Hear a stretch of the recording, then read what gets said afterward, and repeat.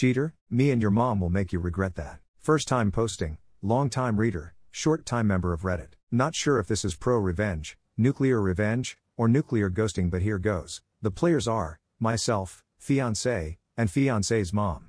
I thought I had met the perfect woman. We met in the last year of college. We met at a party and hit it off instantly. She was a beautiful blonde with sun-kissed skin and she could have been a model.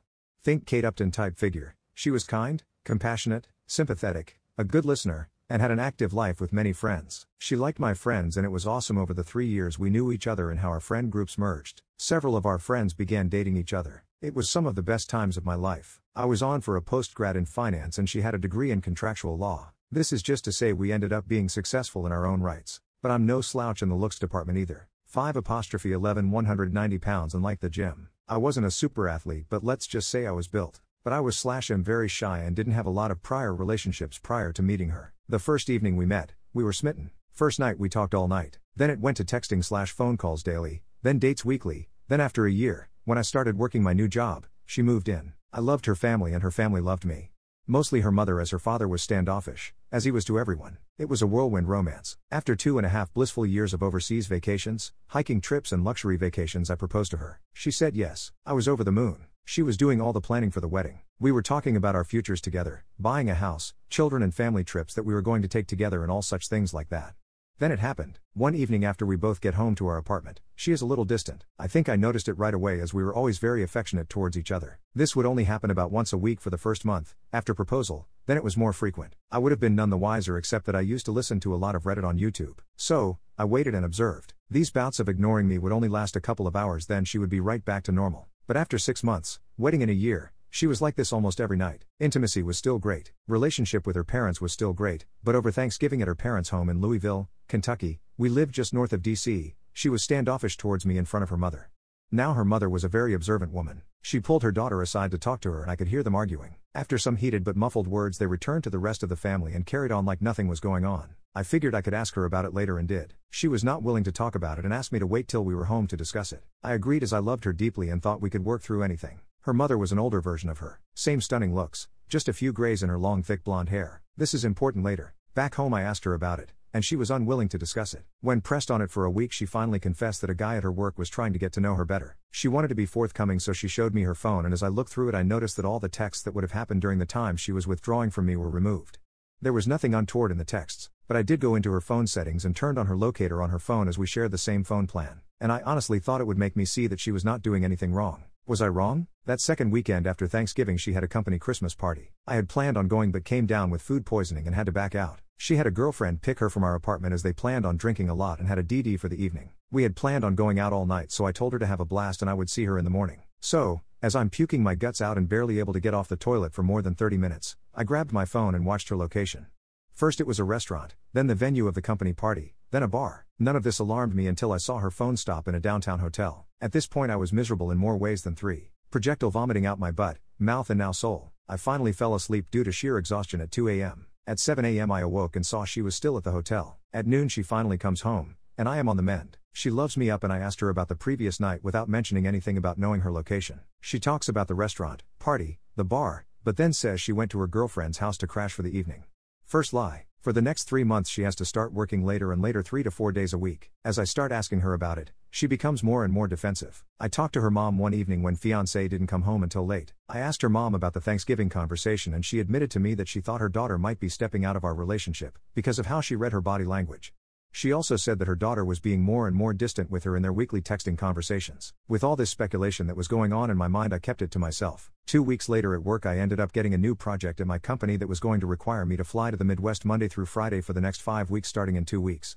It came with an increase in salary and as I broke the news to my fiancée, she was delighted for me. I didn't think that she was excited for the same reasons I was. So, I went online and ordered 4 motion-activated spy cameras for my apartment. I put one in the living room/entry area, one in the kitchen, one in our bedroom and one looking down our hallway. They were very small and connected to the internet via a hidden network so they couldn't be spotted on the Wi-Fi network. I secured the cams with a password and waited. On my first week out she had girlfriends over the first 2 nights and never worked late once. The third night a guy came over. I was enraged. I'm sitting there in my hotel room screaming at the monitor and calling her every name in the book. Then they went all the way, first on the couch, then in our bed. She bent for ways for him that I didn't know were possible. What was the worst was as I was watching them get it on, I called her to see how her day went. She hears her phone ringing and holds her hand up for him to stop giving it to her and answers the call. I asked why she was breathing heavily and said she was at the gym working out. As soon as the call is over, she goes right back to doing the dirty. When I got home Friday evening, I ignored her and went right to bed, and early Saturday got up and went cycling. I was so upset that I didn't even realize that I biked over 50 miles from our apartment. The furthest I had biked before was 30 miles. But that day I went 105.6 miles. Getting back absolutely exhausted, I showered. Then she and I went out that evening and had fun with our friends and had a lot to drink.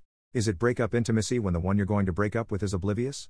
I was bursting inside. Heartbreak, anger, rage, feelings of betrayal all swirled around in my heart and mind. She, who used to be so attentive, was oblivious to all this. It hurt so much because I loved her so much. I finally confided in one of our mutual friends and he told me that they all knew about it for months. I was finally told. They all felt sorry for me, but no one again said a thing to me, which is why they stopped inviting us out with them. I hadn't noticed it before, but I could look back and see that about 3 months prior they gradually invited us/me less and less. So, I figured I would try and win her back. The next weekend I planned the entire weekend as a complete weekend of spoiling her in every way.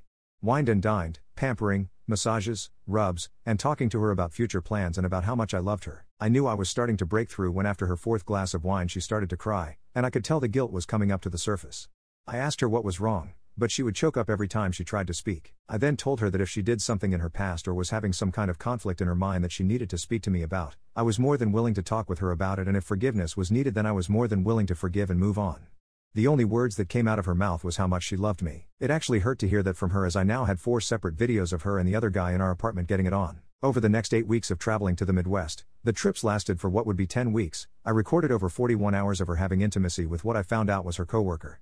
She never worked late once while I was gone. I tried every weekend to be extra attentive and each week she got more and more distant. After watching this for 8 weeks I was done, so I devised a 12-step getaway plan. Gather evidence, get her out of the way in order to execute my plan. I scheduled a 2-week exclusive getaway trip for us at an all-inclusive resort Barbados.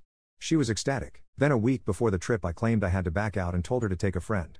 I knew it was over when she showed no disappointment that I couldn't go. She scheduled a coworker to go with her, terminate our apartment lease. It would expire 3 days into her trip and I was the sole signature on the lease. Find a job in another town. The company I had been assisting in the Midwest had offered me a job with a slight increase in salary. Find a new place to live. I got an apartment in the above said location. When she is gone, perform the following. 6. Take her to the airport, go back home and pack all her things, same day. Saturday 7. Get a new phone number/phone/email. Cancel all social media. Monday 8. Separate us completely in regard to finances.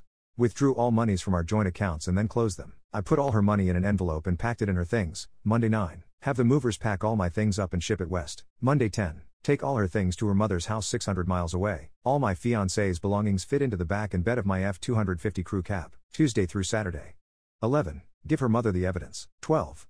Start my new life. I didn't want to do anything that was illegal, so I made sure that nothing of hers was missing. It was so hard to pack all her stuff neatly away. I never cried so hard in my life. I have read so many times on Reddit about SOs saying they will never do it again when caught, but they don't stop. My hope was that she would genuinely confess so we could forgive and move on. She never did. Twice she came really close, but her secret was too hard for her to reveal. Tuesday morning, I left our apartment north of DC for the last time. It took 10 hours to get to her mom's house. What happened when I got there I was not prepared for. I arrived at her mom's house around 8 in the evening. I figured she would be surprised to see me since I was coming down unannounced. Since they lived in a gated community, I had to buzz her house from the front gate, so she was waiting for me outside when I drove up.